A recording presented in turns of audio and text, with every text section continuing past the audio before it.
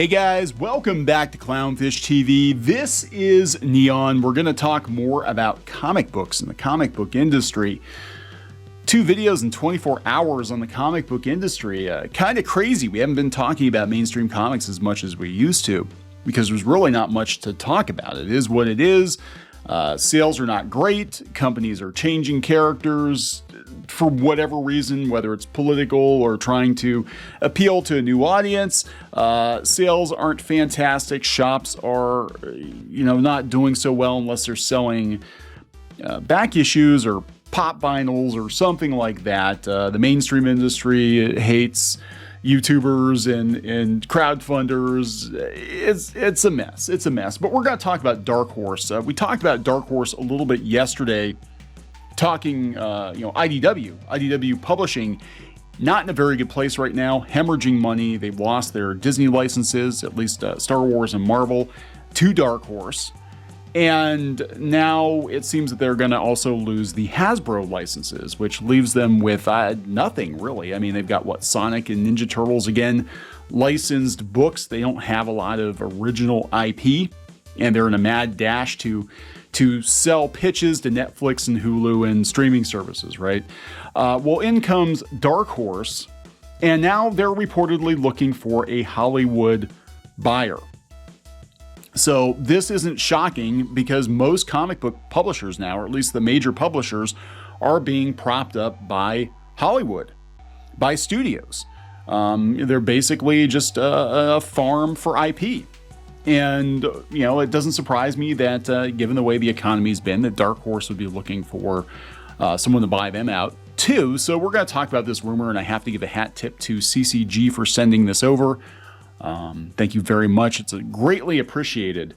Before we get into it any further, please subscribe for more pop culture news, views, and rants, guys. Over 244,000 subs. Thank you so much for the support.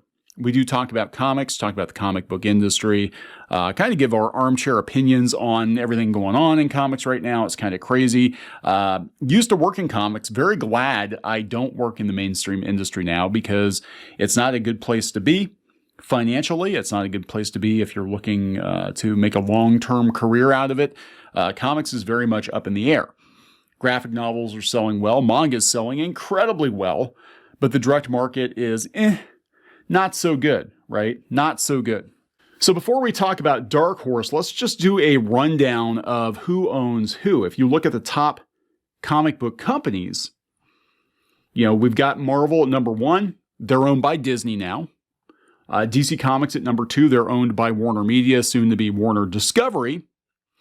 Dark Horse, Image, which is still for the time being independent. Image, of course, the people working there wanted to form a union, the office workers, and that was the biggest story coming out of Image. That and Spawn was doing pretty good, I guess. Depends on who you ask. And IDW, which is failing miserably. Right now, IDW is floundering, and then we have Valiant. Valiant, which is owned by DMG Entertainment, Chinese media company, or at least they're closely associated with China, as I understand it. They bought Valiant. They did a Bloodshot movie. It didn't do very well. Valiant's not in terribly good shape right now either. And then we have Boom, which wasn't on the list. Boom is partly owned by Fox. So I guess in a roundabout way, they're owned by Disney now. And they do seem to have a lot of inroads with Hollywood as well.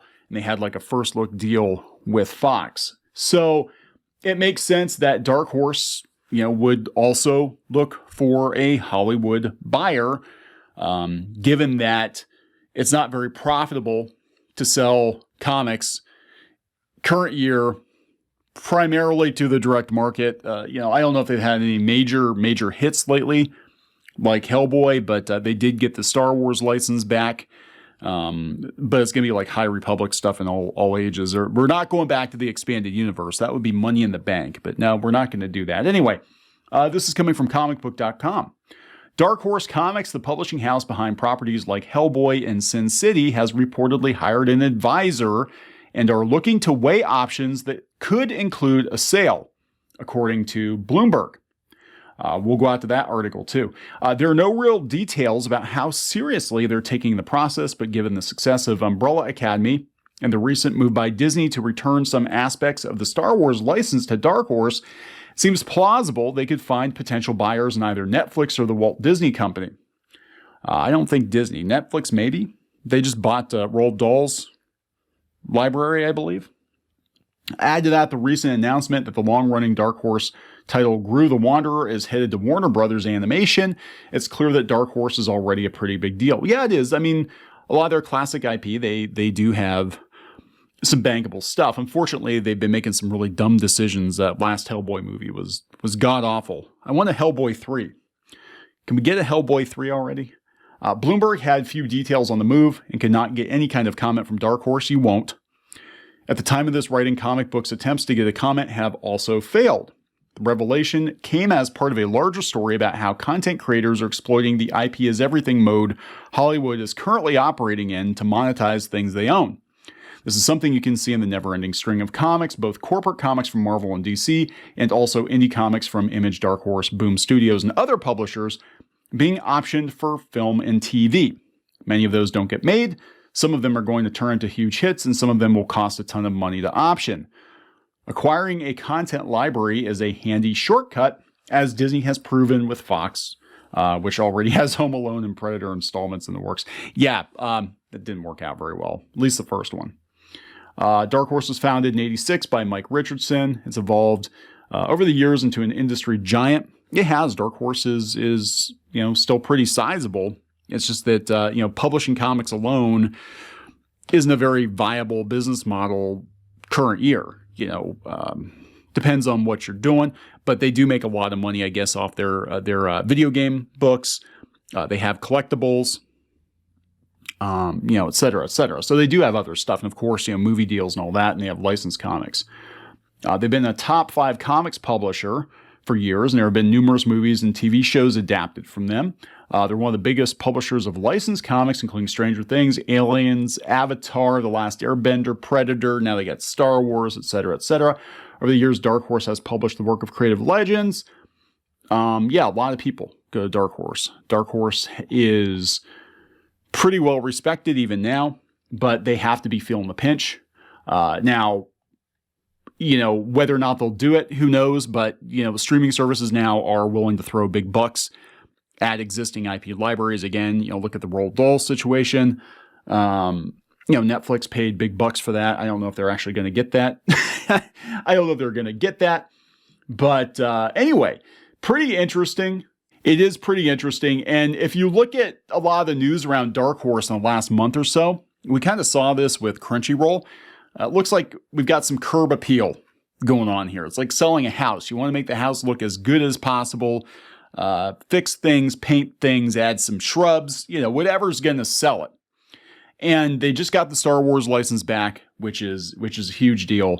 At least the mainstream media thinks it's a huge deal. Again, it's not the expanded universe, so who gives a shit? But, it is big news that they're doing Star Wars again. They had this story in an Oregon paper just a month ago. Dark Horse Comics has proven itself a significant cultural force. This article reads like a sales pitch. And we saw this with Crunchyroll too. We saw Crunchyroll put out numerous articles, or their PR department put out numerous articles to media outlets to be like, look at all the things Crunchyroll's doing. Look at all the success they've had. Look at their numbers. This feels like they put this article out there. They know that they're going to possibly sell the company. So they're like, look at all the good we've done in the last, 30, 40 years. Look at the cultural impact of Dark Horse. Don't look at that last Hellboy movie. In fact, the Hellboy movie that they're showing is the original Hellboy movie. They're not going to show the new one. They're showing the animated version, but they're going to try to market it that way, right? They just had a new director of marketing and communications come in yesterday. I guess it was announced. So this is Cara O'Neill. So this is interesting. They're getting their C-level people, their corporate people lined up, because that's what these companies do. I mean, I was actually at a company for a number of years, and they had a long-term plan. The company that bought them, they were actually investors, and they were going to flip the company within 5 years. So they came in with a plan, and they're like, we need to get these kinds of people on board to basically go with the company. So we've got, our executives lined up, and, the poor suckers they were hiring didn't realize that they were going to be sold. They're just like, hey, it's exciting to be working for this company. And the reality is that the guy they brought in to do this had a 5-year plan. It included selling the whole damn thing. Now, actually, the sale fell through because the economy hit a huge snag, and there were no buyers. But the plan was they were hiring with the intention of flipping the company, of selling the company. So again, that's part of that curb appeal. You go hire people you think are going to help sell the company and make sure, like, look at all these qualified and diverse and inclusive people we have working for this company. So it's totally possible. A couple days ago, Bleeding Cool announced that they're launching some online comics too. It does feel like they're getting ready for something. Again, more licensed stuff, video game stuff. I could totally see a Hellboy series at Netflix. I'd only be interested if they had Del Toro working on it. But yeah, there's definitely something going on. Something going on with Dark Horse. So we'll keep an eye on this situation. For sure. So please subscribe for more pop culture news, views, and rants, guys. We'll talk later.